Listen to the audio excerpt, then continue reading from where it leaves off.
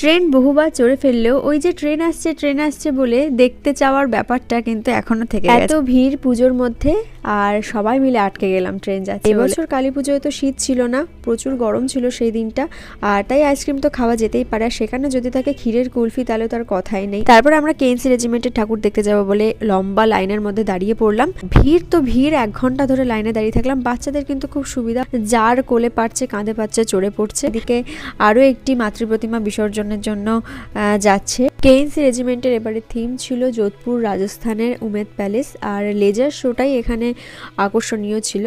বেশ অন্যরকম, বেশ চমকপ্রদ লাগছিল পুরো বিষয়টাই। ভিতরে ছিল এই বিশাল ঝাড়, যেটা খুব সুন্দর লাগছিল। আর মাতৃ প্রতিমা নিয়ে তো কোনো কথাই নেই। আর এইভাবেই এক এক করে আমরা আরও অন্য সমস্ত যা যা পুজো মণ্ডপ কাছে পিঠে পড়ছিল সবটাই দেখা কমপ্লিট করে নিলাম।